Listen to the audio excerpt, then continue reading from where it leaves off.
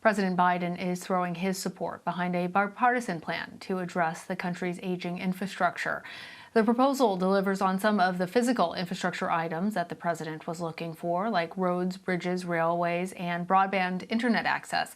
But it doesn't deliver on everything, and it's unclear if the bill will have the support of all Senate Democrats. CBS News senior White House and political correspondent Ed O'Keefe has more. We have a deal.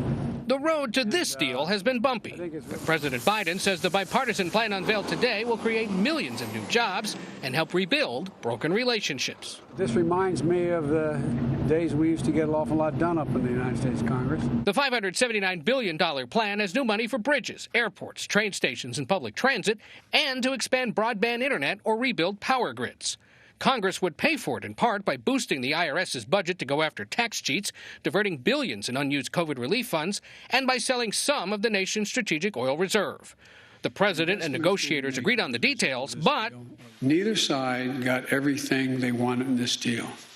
That's what it means to compromise. We didn't get everything we wanted. No one got everything they wanted in this package. We all gave some to get some. And some Democrats aren't happy.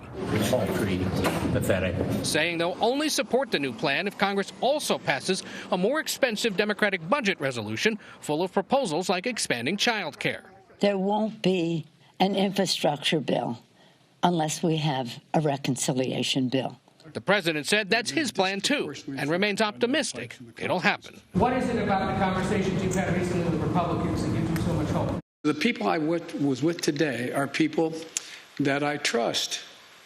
I don't agree with them on a lot of things, but I trust them when they say this is a deal, we'll stick to the deal. Ed O'Keefe joins me now from the White House. Ed, for a while there, it looked like there would be no bipartisan agreement on infrastructure. So how was this group of Senate Democrats and Republicans ultimately able to get together on an agreement that could win President Biden's approval? Well, part of it is that he had aides in the room negotiating with them throughout these conversations, a signal that the White House was eager to make it happen and serious about making it happen. But they did hit some road bumps in the last 48 hours or so, able to agree that it had to get done this week. They didn't want to drag it out much longer, in part because the Senate leaves tonight for 2 weeks to mark the Independence Day holiday, and they knew that if they couldn't get something done, that 2-week period would probably kill it for good. So now they've got an agreement in principle. They've got the top-line numbers. They're going to have to work through the details of what exactly gets money, how exactly it would be paid for how long would this thing have to get paid out.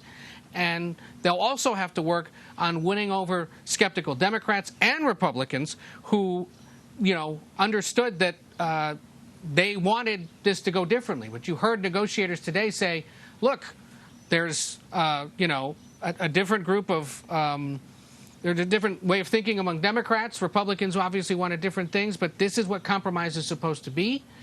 This is how it works in negotiations, that, not everybody gets 100%. They may get 75 or 80% of what they want. And we'll see now in the coming weeks how much the president's willing to push this among the skeptical Democrats and perhaps among skeptical Americans who wonder whether or not it's going to be worth it. Yeah, and Ed, we've discussed before that a major sticking point for this deal has been funding.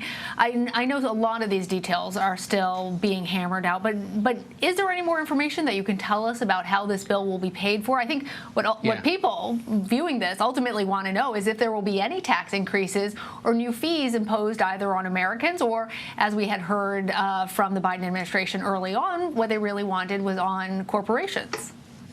The two red lines appeared to be no increase in corporate tax rates and no increase on taxes on people making less than $400,000 a year.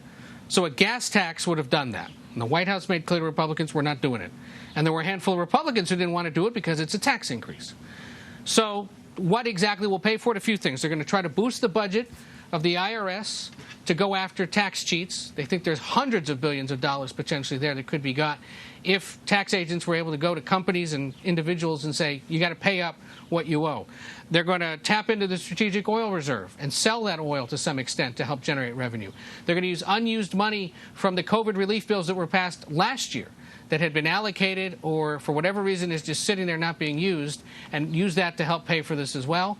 And then there are a bunch of different users' fees, changes in the unemployment benefits that somehow when you do the fuzzy math, it ends up getting paid for. There's also a line in the fact sheet that describes what's in this deal and how it would be paid for that basically is fancy Washington language for, well, ultimately it's going to pay for itself because it's going to generate economic revenue, which is therefore going to generate tax revenue and somehow pay for this. We'll see.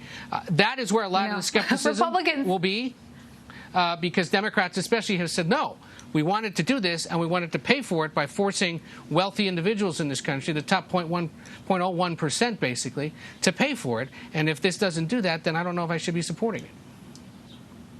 I was just going to say the favorite funding mechanism of any administration, Republican or Democrat, seems to be, oh, this plan will pay for itself. Don't you worry about it. Right.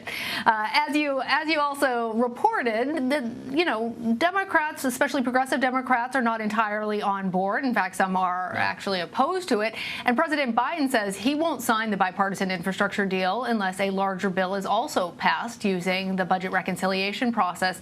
Tell us a little bit more about why that is and if the president is planning to sign both bills if they end up on his desk. He will, but only if both arrive at the same time, essentially. And look, this is where we get a little procedural because there's going to be some tricky politics around this. House Speaker Nancy Pelosi today said, look, happy to see this is happening, but I'm not moving a finger to pass either of them until they've both been passed by the Senate.